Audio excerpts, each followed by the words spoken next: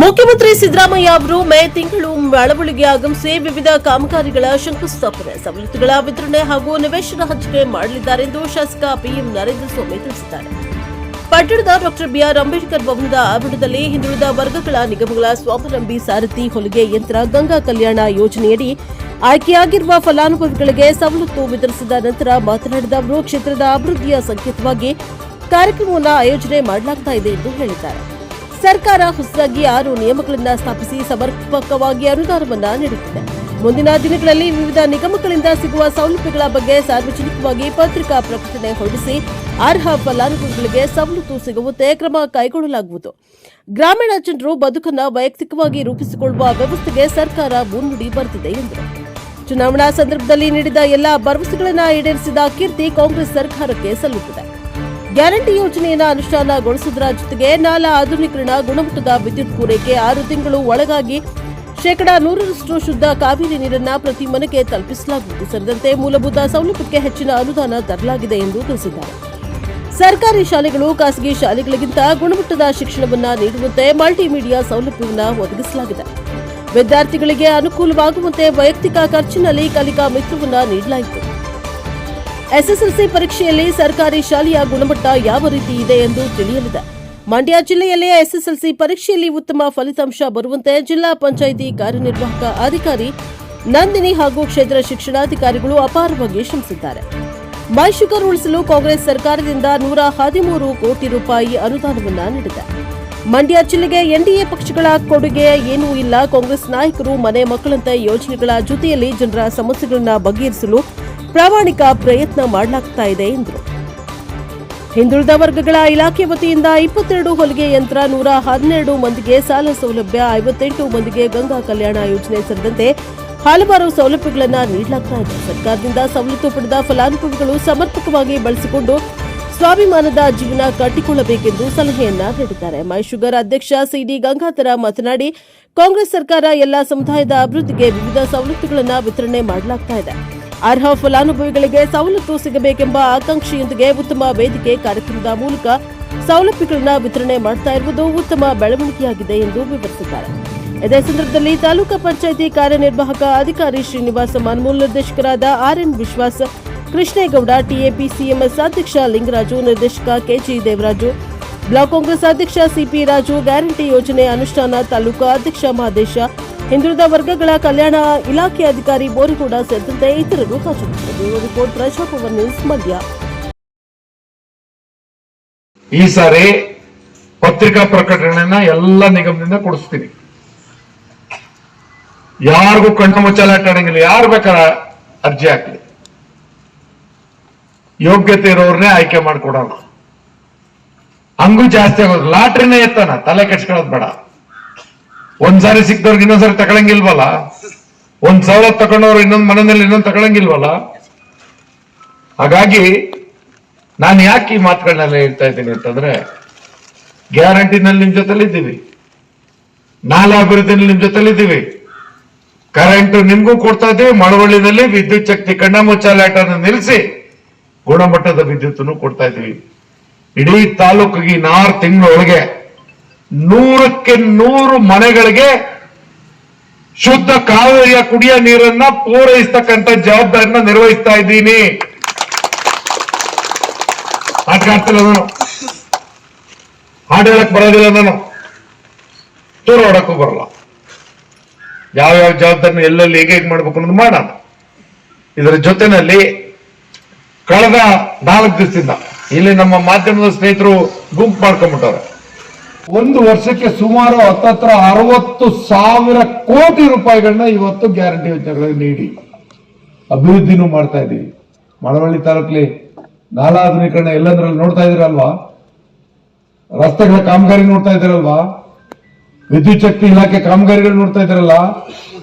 ನಿಮ್ಮ ಸರ್ಕಾರಿ ಶಾಲೆಗಳು ಮಳವಳ್ಳಿ ತಾಲೂಕಿನಲ್ಲಿ ಇಡೀ ರಾಜ್ಯದಲ್ಲಿ ಯಾವ ತಾಲೂಕಿನಲ್ಲೂ ಇಲ್ಲದೆ ಇರೋ ರೀತಿಯಲ್ಲಿ ಖಾಸಗಿ ಶಾಲೆಗಳಿಗೆ ಪೈಪೋಟಿ ಕೊಡೋದ್ರ ಮುಖಾಂತರ ಅದಕ್ಕಿನ್ನ ಉನ್ನತೀಕರಿಸಿದಂತ ಶಿಕ್ಷಣ ವ್ಯವಸ್ಥೆನ, ಡಿಜಿಟಲೀಕರಣನ 100ಕ್ಕೆ 100 ಮಾಡಿದ್ದಾರೆ.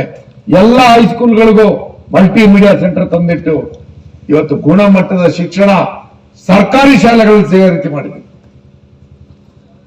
ಇವತ್ತು ನಮ್ಮ ಹಿಂದುಳಿದ ವರ್ಗದ ಜಿಲ್ಲಾಧಿಕಾರಿ ನಿಮಗೆ ಕೆಲವೊಂದು ಮಾಹಿತಿ ಕೊಟ್ಟರು. ಈ ವರ್ಷದಿಂದ ಎಷ್ಟು ನಿಗಮಗಳು ಹೊಸದಾಗಿ ಪ್ರಾರಂಭ ಆಗ್ತಾ ಇದಾವೆ? ಸರ್ ಒಟ್ಟಾರೆ 6 ಸರ್. 6 ಹೊಸ ನಿಗಮಗಳು ಹಿಂದುಳಿದ ಜನಾಂಗಗಳ ಅಭಿವೃದ್ಧಿಗೆ ಹೊಸ 6 ನಿಗಮಗಳನ್ನು ಪ್ರಾರಂಭ ಮಾಡಿ ಆ ನಿಗಮಗಳಿಗೂ ಅನುದಾನ ಕೊಟ್ಟಿದ್ದೀವಿ. ಇವತ್ತಿಲ್ಲೇ ಸುಮಾರು 17 ಕಾರ್ ಕೊಟ್ಟಿದ್ದೀವಿ 1 ವರ್ಷದ್ದು. ಹೊಲಿಗೆ ಯಂತ್ರ ಎಷ್ಟು ಕೊಟ್ಟಪ್ಪ? 22 ಜನಕ್ಕೆ ಹೊಲಿಗೆ ಯಂತ್ರ ಕೊಟ್ಟಿದ್ದೀವಿ. ಬದುಕನ್ನ ವೈಯಕ್ತಿಕವಾಗಿ ರೂಪಿಸ್ಕೊಳ್ತಕ್ಕಂಥ ವ್ಯವಸ್ಥೆಗೆ ಮುನ್ನುಡಿ ಬರೆದಿರ್ತಕ್ಕಂಥದ್ದು ಇದು. ಇದಲ್ಲದೆ ಎಷ್ಟು ಜನಕ್ಕೆ ನಾವು ಸಾಲದ ಯೋಜನೆಗಳನ್ನ ಕೊಟ್ಟಿದ್ದೀವಿ? ಸರ್ 25-26 ಸೌರಮತಿ ನೇರ ಸಾಲ 112 ಜನ ಸರ್. ಗಂಗಾ ಕಲ್ಯಾಣ 58 ಜನ ಸರ್. 25-26 ಟ್ಯಾಕ್ಸಿ ಚಾಮುಂಡಿ ಸಾರಥಿಯಲ್ಲಿ 26 ಜನ ಸರ್. ಹೊಲಿಗೆ ಯಂತ್ರ 19 ಬರೋಕ್ ಬಾಕಿ ಇದೆ ಸರ್.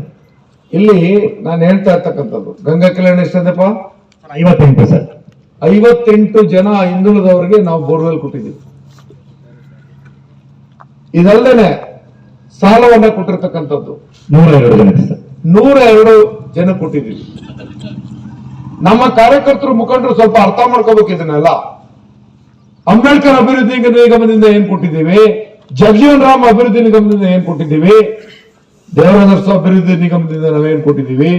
ಈ ವರ್ಷದಿಂದ ಇವತ್ತು ಮಡಿವಾಳ ಮಾಚಿದೇವ ಇರ್ಬೋದು, ವಿಶ್ವಕರ್ಮ ಜನಾಂಗದವ್ರು ಇರ್ಬೋದು, ಉಪ್ಪಾರ ಜನಾಂಗದವ್ರು ಇರ್ಬೋದು, ಅಂಬಿಗರ ಚೌಡಯ್ಯ ನಿಗಮ ಇರ್ಬೋದು, ಒಕ್ಕಲಿಗ ನಿಗಮ ಇರ್ಬೋದು, ವೀರಶೈವ ಲಿಂಗಾಯತ ನಿಗಮ ಇರ್ಬೋದು, ಮರಾಠ ನಿಗಮ ಇರ್ಬೋದು, ಇವೆಲ್ಲ ಈ ವರ್ಷದ ಕಾರ್ಯಾರಂಭ ಹಾಗಿದ್ಮೇಲೆ ಎಷ್ಟು ಜನ ಫಲಾನುಭವಿಗಳಿಗೆ ನೇರವಾಗಿ 1 ವರ್ಷಕ್ಕೆ ಸವಲತ್ತು ಕೊಡ್ತಕ್ಕಂಥ ಪ್ರಾಮಾಣಿಕವಾದಂತ ಕಾರ್ಯಕ್ರಮವನ್ನು ನಮ್ಮ ಸರ್ಕಾರ ಮಾಡಿದೆ ಅಂತ ಹೆಮ್ಮೆಯಿಂದ ನಾವು ಹೇಳ್ಬೇಕೆ ಬೇಡವೋ? ಸುಳ್ಳು ಹೇಳ್ತಿದ್ರು, ನಾಟಕ ಆಡ್ತಿದ್ರು, ಜನಗಳ ಜವಾಬ್ದಾರಿ ಇರಲಿಲ್ಲ. ಹಾಸಿಗೆನಲ್ಲೂ ಕಾಸು, ಇಂಜೆಕ್ಷನ್ ಕೊಟ್ಟರಲ್ಲ ಕೊರೋನಾ ಇಂಜೆಕ್ಷನ್ ಅದರಲ್ಲೂ ಕಾಸು, ಬೆಡ್ ಅಲ್ಲೂ ಕಾಸು, ಸಾಕಷ್ಟು ಅನಾಹುತಗಳನ್ನ ಮಾಡಿದ್ದಂತವ್ರು ಅವರು ನಮ್ಮ ಬಗ್ಗೆ ಮಾತಾಡ್ತಾರೆ. ಈಗ ಟೀಕೆ ಟಿಪ್ಪಣಿಗಳನ್ನ ಮಾಡ್ತಾರೆ. ಇಡೀ ಮಂಡ್ಯದಲ್ಲಿ ನಮ್ಮ ಎದುರಾಳಿ 2 ಪಕ್ಷಗಳು ಒಂದಾಗಿದ್ರು ಅವರ ಸಾಕ್ಷಿ ಗುಡ್ಡ ಇಡೀ ಮಂಡ್ಯ ಜಿಲ್ಲೆಯಲ್ಲಿ ಎಲ್ಲೂ ಏನೂ ಇಲ್ಲ. ನಾನು ಸಾರಾ ಸಟ್ಟ ಸವಾಲಾಗ್ತೀನಿ. ನಾಲ್ವಡಿಯವರ ಕನ್ನಂಬಾಡಿಯ ನಿರ್ಮಾಣದ ನಂತರ ಇಡೀ ಮಂಡ್ಯ ಜಿಲ್ಲೆಯಲ್ಲಿ ನಾಲಾ ಆಧುನೀಕರಣ ಏನಾದ್ರು ಪ್ರಾಮಾಣಿಕವಾಗಿ ನಡೆದಿದ್ರೆ ಅದು ಕಾಂಗ್ರೆಸ್ನ ಸಿದ್ದರಾಮಯ್ಯ ನೇತೃತ್ವದ ಸರ್ಕಾರದಿಂದ ಅನ್ನೋದನ್ನ ನಾವು ಗಂಟಾ ಖುಷಿಗೊಳ್ಬೇಕಾಗುತ್ತೆ. ಯಾರಿಗೂ ಜಂಬದ ಮಾತಲ್ಲ ಇದು. PRED 28 ಕೋಟಿ ರೂಪಾಯಿಗಳ ವಿವಿಧ ಕಾಮಗಾರಿಗಳನ್ನ ನಾನು ಇವತ್ತು ಗುದ್ಲಿ ಪೂಜೆ ಮಾಡಿದ್ದೇನೆ. ನಮ್ BA ಸ್ವಲ್ಪ ಹೊಸಬ ಪೆದ್ದಂಗೆ ಇದು ಮಾಡ್ತಾನೆ. 28 ಕೋಟಿನಲ್ಲಿ ಎಷ್ಟು ಕಾಮಗಾರಿಗಳಂತ ಬರಿಬೇಕು, ಬರೆಯಲ್ಲಮ್ಮ. 6 ಗ್ರಾಮಗಳಲ್ಲಿ ಜನರಲ್ ಬೀದಿಗಳಲ್ಲಿ SCP TSPಗೆ ಸಿಕ್ಕುತ್ತೆ ಅನುದಾನ. ಜನರಲ್ ಬೀದಿಗಳಿಗೆ ಅನುದಾನನೇ ಇರಲಿಲ್ಲ. ಕಳೆದ 5 ವರ್ಷ ಇತ್ತಲ್ಲ, ಅಲ್ಲಂತ ₹1 ಅಲ್ಲೂ ಹಾಕಿಲ್ಲ. ನಾನು ಜನರಲ್ ಬೀದಿ ಒಂದಕ್ಕೇನೆ 28 ಕೋಟಿ ರೂಪಾಯಿನ ಅನುದಾನವನ್ನು ಇವತ್ತು ವಿವಿಧ ಗ್ರಾಮಗಳಿಗೆ ರಸ್ತೆ ಚರಂಡಿ ಕೊಟ್ಟಿದ್ದೇವೆ. ಅದು ಒಟ್ಟು ಎಷ್ಟು ಗ್ರಾಮ? 256 ಗ್ರಾಮಗಳಿಗೆ ಕೊಟ್ಟಿದ್ದೆ. ಇದರ ಜೊತೆಯಲ್ಲಿ PWD 15 ಕೋಟಿ 15 ಲಕ್ಷದ 12 ಕಾಮಗಾರಿಗಳು ಅಂದ್ರೆ ಮುಖ್ಯ ರಸ್ತೆಗಳಿಗೆ ನಾನು ಇವತ್ತು ಗುದ್ಲಿ ಪೂಜೆ ಮಾಡಿದ್ದೇನೆ.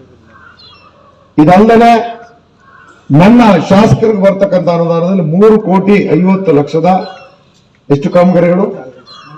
45 ಕಾಮಗಾರಿಗಳು 45 ಗ್ರಾಮಗಳಿಗೆ ನಾನು ಕೊಟ್ಟಿದ್ದೇನೆ. ಇದಲ್ಲದೆ SCP TSP ಯೋಜನೆಯಲ್ಲಿ 3 ಕೋಟಿಗೆ 20 ಗ್ರಾಮಗಳಲ್ಲಿ ನಾನು ಕಾಮಗಾರಿಗಳನ್ನ ಕೊಟ್ಟಿದ್ದೇನೆ. ಅದಲ್ಲದೆ PWD ಮುಖಾಂತರ ಕೂಡ SCPದು 60 ಲಕ್ಷದ 5 ಗ್ರಾಮಕ್ಕೆ ನಾನು ಇವತ್ತು ಕಾಮಗಾರಿಗಳನ್ನ ಗುದ್ಲಿ ಪೂಜೆ ಮಾಡಿದ್ದೇನೆ. ಒಟ್ಟು 43 ಕೋಟಿ 15 ಲಕ್ಷ ಅಂದ್ರೆ ನಾನು ಇವತ್ತು 4 ದಿವಸದಲ್ಲಿ ಮಾಡಿದಂಥದ್ದು 53 ಕೋಟಿ 97 ಲಕ್ಷದ 30 ಸಾವಿರ ರೂಪಾಯಿನ ಕಾಮಗಾರಿಗಳಿಗೆ ನಾನಿವತ್ತು ಅದನ್ನ ಅಷ್ಟು ಬುದ್ಧಿವಂತ ನೋಡ್ಕೊಂಡು ಏನ್ ಮಾಡ್ಲಿ, ಬೈತಾನೆ ಅಂತಿದ್ರೆ 6 ಜನ ಇದ್ರಿ. ನಿಮ್ಮ ವಿಷಯ ಸಿಕ್ಕುತ್ತೆ ಬೆಂಗಳೂರಲ್ಲಿ ರೈಟ್ ಜಾಸ್ತಿ ಹೇಳ್ಬಿಟ್ಟು ಹಳ್ಳಿಗಳಿಗೆ ತಂದು ಕೊಡ್ತಾರೆ. ಈಗ ನಮ್ಮ ಅಕ್ಕ ತಂಗಿರು ಅವೆಲ್ಲ ಕೊಡ್ತಾರೆ ಸರ್. ಆವಾಗ ನಾವು ಬೇರೆ ನಾವು ಬೇರೆ ಹೊಲಿಯವ್ರಿಗೆ ಕೊಟ್ಟು ಹೊಲಿಸ್ತೀವಿ ಸರ್. ಇವಾಗ ನಾವು ನಾನು ಇದನ್ನ ಕೇಳಕ್ಕೆ ನೋಡೋದು, ನಿಮ್ಗೆ ಬೇರೆಯವ್ರು ಯಾರು ಹೊಲ್ಕೊಡಿ ಅಂತ ಕೊಟ್ರೆ ಅದನ್ನ ತಗೋತೀರಾ? ಆರ್ಡರ್ ತಗೊಂಡು ಮಾಡ್ತೀರಾ? ಆ ವಿಶ್ವಾಸ ನಿಮ್ಗಿದ್ರೆ ಏನ್ ಇವತ್ತು ಸರ್ಕಾರ ಇದನ್ನ ಸವಲತ್ತುಗಳನ್ನ ಕೊಟ್ಟಿದೆ ತರಬೇತಿ ಆಧಾರದ ಮೇಲೆ, ಅದು ಸಫಲ ಆಗುತ್ತೆ. ಆಯ್ತಾ? 400 ಕೊಡ್ಬಿಟ್ರೆ ನಾವು 200 ಕೊಡ್ಬಿಟ್ಟು ನಂತರ ಸಿಗ್ತಾನೆ. ಒಳ್ಳೆಯದಲ್ವ?